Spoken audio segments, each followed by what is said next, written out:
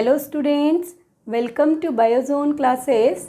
और मैं डॉक्टर दीपा डहाके आज आपके साथ डिस्कस करूंगी आयुष काउंसलिंग 2020 यूपी स्टेट में बीएएमएस और बीएचएमएस कॉलेजेस, गवर्नमेंट कॉलेजेस का कट ऑफ क्या होगा।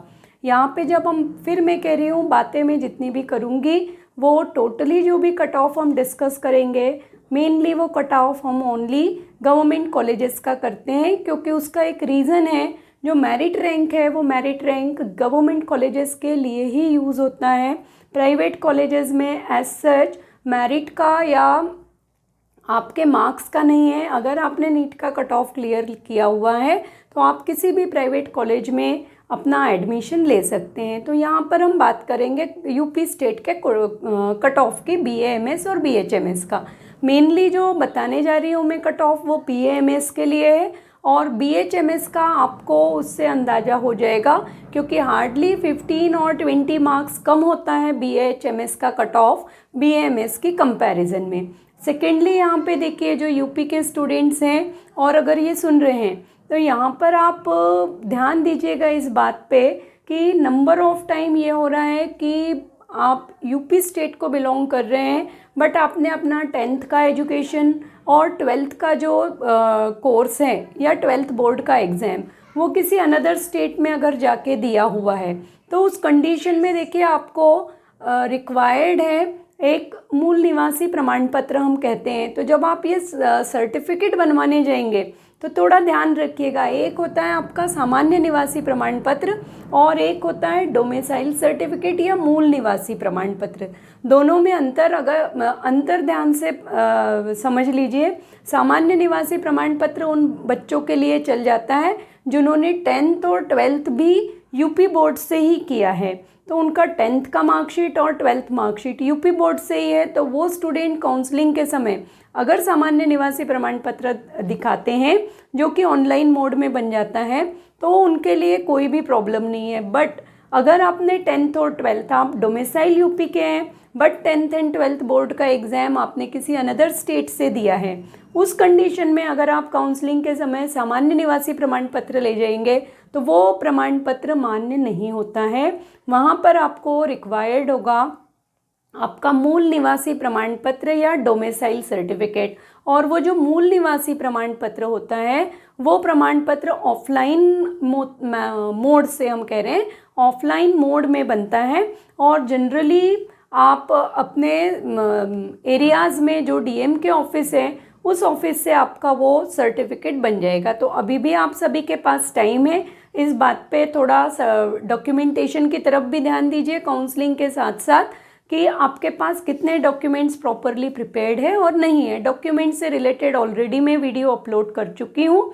नीट की काउंसलिंग के लिए जो डॉक्यूमेंट्स रिक्वायर्ड होते हैं सेम डॉक्यूमेंट्स यहाँ आयुष काउंसलिंग के लिए भी रिक्वायर्ड होंगे, तो उस वीडियो की लिंक मैं यहाँ पे आपको प्रोवाइड कर दूँगी।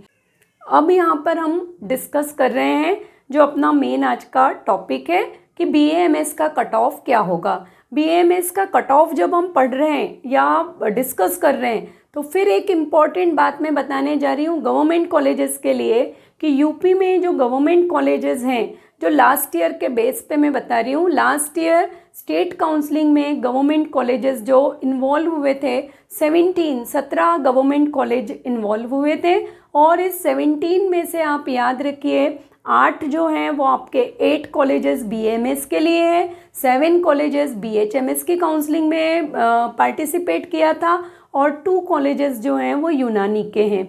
तो ये 17 आपके गवर्नमेंट के कॉलेजेस का है और नियर अबाउट 50 से 51 कॉलेजेस हैं। 51 कॉलेजेस आपके सेल्फ फाइनेंस में हम कह रहे हैं, सेल्फ फाइनेंस मीन्स प्राइवेट है या एडेड प्राइवेट कॉलेज हम कह रहे हैं। तो 51 कॉलेजेस हैं जो कि उसमें से कुछ कॉलेजेस बहुत अच्छे हैं तो प्राइवेट कॉलेजेस है। तो जिन स्टूडेंट्स का रैंकिंग कम है, नंबर बहुत कम है, वो प्राइवेट कॉलेजेस की तरफ जा सकते हैं। और अब हम आते हैं अपने कट ऑफ की तरफ। कट ऑफ की अगर हम बात करें तो जनरल कैटेगरी के लिए कट ऑफ यहाँ पे याद रखिएगा लास्ट ईयर 460 470 रेंज किया था।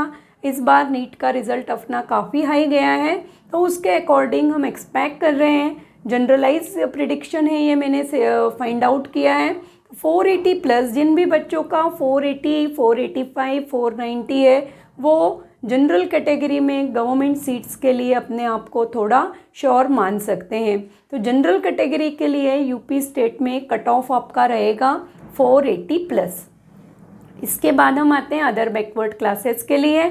जो भी बच्चे डिफरेंट कैटेगरीज में आ रहे हैं तो वो अपने अनदर सर्टिफिकेट्स के साथ साथ कैटेगरी के सर्टिफिकेट को भी प्रॉपरली प्रिपेयर करवा के रख लीजिए। अब जब हम ओबीसी की बात कर रहे हैं तो 470 प्लस, क्योंकि जनरली आप देखिएगा ओबीसी एंड जनरल की कट ऑफ्स में बहुत ज़्यादा डिफरेंस नहीं होता है।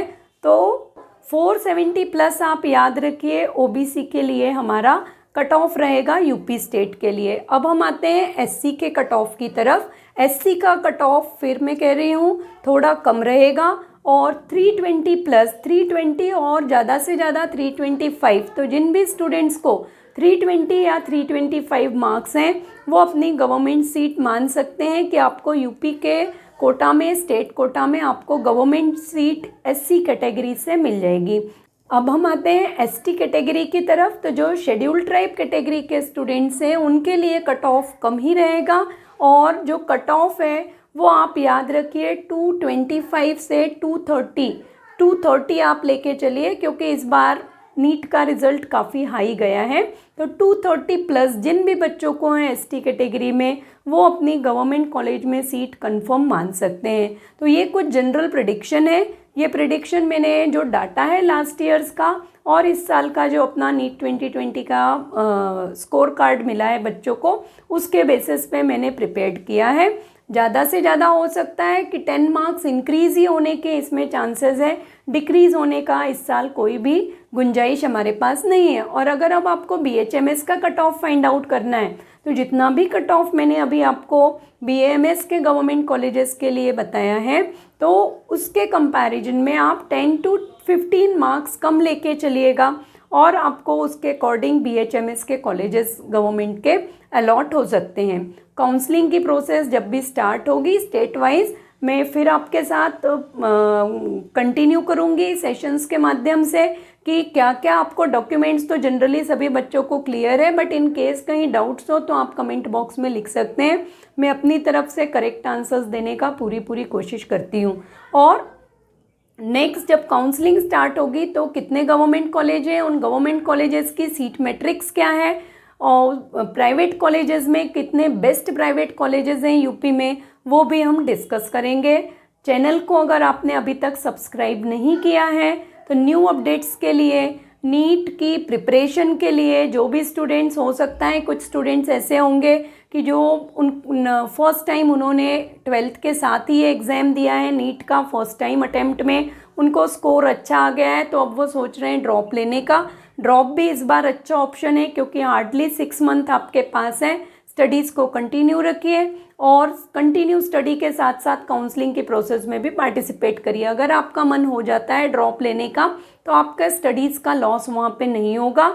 ड्रॉप अगर आप लेते हैं तो नीट बायोलॉजी के लिए Hindi medium and English medium दोनों ही मीडियम के लिए मैं इस चैनल पे फ्री ऑफ कॉस्ट स्टूडेंट्स के लिए डेली वीडियोस अपलोड कर रही हूँ। इम्पॉर्टेंट क्वेश्चन से रिलेटेड, एनसीईआरटी की रीडिंग किस तरह से करनी है, कुछ इंपॉर्टेंट डायग्राम एनसीईआरटी के किस तरह से अपने को याद रखने हैं, all about the NEET biology पूरा मैं यहाँ पे डिस्कस करती हूँ। तो उस पर्पस के लिए और फ्यूचर में भी जितने भी आपके पीजी से related different best medical colleges हैं, बेस्ट बीएमएस के कॉलेजेस हैं, सभी से रिलेटेड जानकारियों के लिए आप बायोजोन क्लासेस को यूट्यूब पे सब्सक्राइब करिए, चैनल को लाइक करिए, शेयर करिए और नेक्स्ट सेशन तक, नेक्स्ट अपकमिंग्स के साथ आप हार्डवर्क करते रहिए। Stay blessed and stay motivate.